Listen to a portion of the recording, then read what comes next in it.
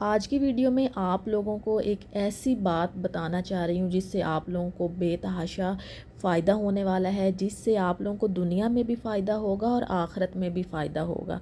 हम लोग इस दुनिया में तो बहुत ज़्यादा हम स्ट्रगल करते हैं, हमें अच्छा घर मिल जाए, गाड़ी मिल जाए, ये चीज़ें तो आर्जी हैं। आखिरत के लिए हमें भी मेहनत करनी चाहिए। जब हम आखिरत के लिए मेहनत करेंगे तो हमें हमेशा के लिए वहाँ पे बहुत सारी चीज़ें मिलने वाली हैं। अस्सलाम वालेकुम, कैसे हैं आप सब लोग? आई होप कि आप लोग खैरियत से होंगे। आप सब लोगों को वेलकम करती हूँ किंग मलका व्लॉग में।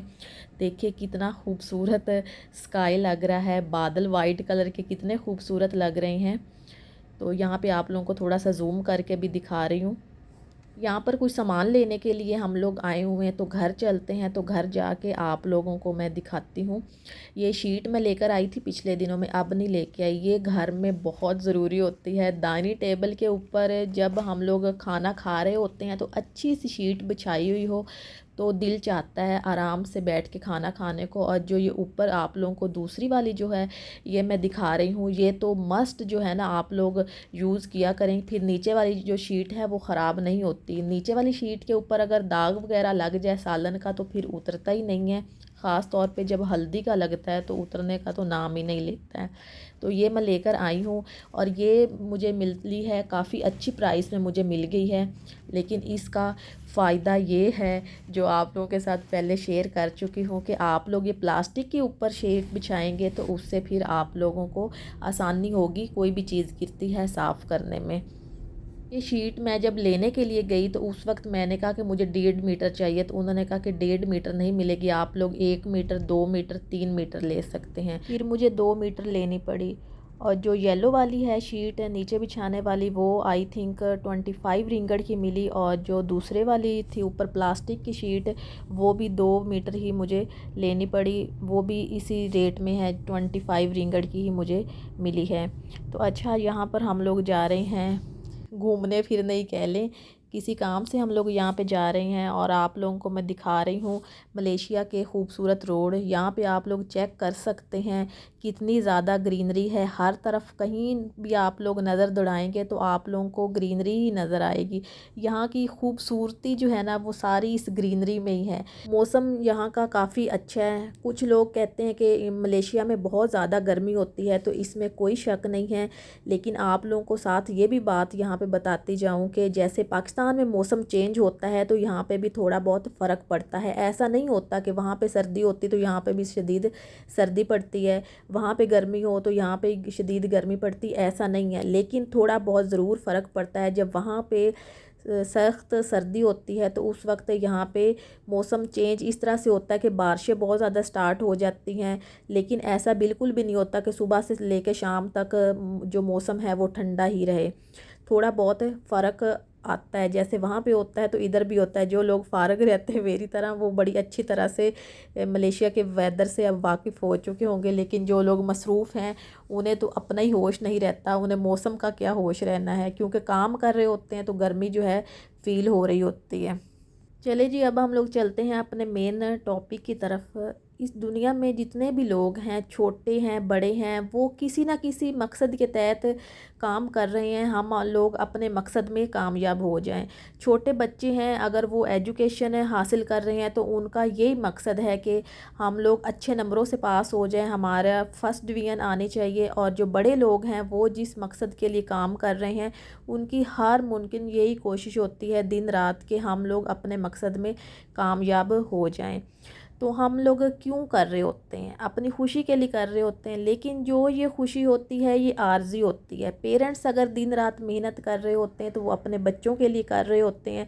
हमें अपने लिए भी काम करना चाहिए, अपने ऊपर भी मेहनत करनी चाहिए। जैसे कि पिछले दिनों में मैंने वीडियो बनाई थी कि आप लोगों को अपनी सेहत का ख्याल रखना चाहिए और अपने लिए भी कुछ करना चाहिए। और यहाँ पे मैं जो बात करना चाह रही हूँ वो आप लोगों को दुनिया में भी फ़ायदा देने वाली है और आखिरत में भी। जो लोग नमाज़ 5 वक्त नहीं पढ़ पाते हैं, टाइम नहीं मिलता उन्हें नमाज़ पढ़ने का, क्योंकि ये एक अल्लाह की तरफ से होती है, तौफीक इंसान को नहीं मिल रही होती। फ़जर की नमाज़ तो कोई शख्स भी मेरे ख़्याल से नहीं छोड़ता होगा। जब आप लोग फ़जर की नमाज़ पढ़ रहे होते हैं तो उस वक्त पढ़ने के बाद आप लोगों को ज़रूर दुआ करनी चाहिए कि अल्लाह पाक हमें 5 वक्त नमाज़ पढ़ने की तौफीक दे। और यकीन माने, आप लोग सच्चे दिल से दुआ मांगेंगे तो आप लोग पाँचों नमाज़ें पूरे वक्त पे आप लोग अदा कर पाएंगे। और ये तरीक़ाकार जो मैं आप लोगों को बता रही हूँ, ये आप लोग जब 5 वक्त नमाज़ पढ़ना स्टार्ट करें तो पाँचों नमाज़ों के बाद आप लोग जब दुआ करेंगे तो ये आप लोगों की दुआ कभी भी रद्द नहीं होगी। हम लोग दुनिया की चीज़ें हासिल करने के लिए दिन रात स्ट्रगल कर रहे होते हैं, लेकिन नहीं टाइम होता तो सिर्फ नमाज के लिए टाइम नहीं निकालते हैं। इसी वजह से टाइम में बरकत नहीं है, रिज़्क़ में बरकत नहीं है। जब हम लोग 5 वक्त नमाज का अपने आप को पाबंद बना लेंगे तो हर काम में आसानियाँ होंगी।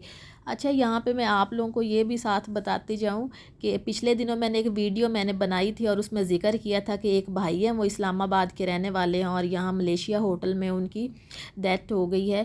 तो यकीन माने, उन्होंने अपने बच्चों के लिए क्या कुछ नहीं किया होगा। अच्छा, उनके बच्चों को पहले पता चल चुका था, उनके घर वालों को, कि उनके जो हैं वालिद साहब, उनका इंतकाल हो गया है। उन्होंने नमाज़ें, वो जो गायबाना जनाजा होता है, वो भी उन्होंने पढ़ा दिया।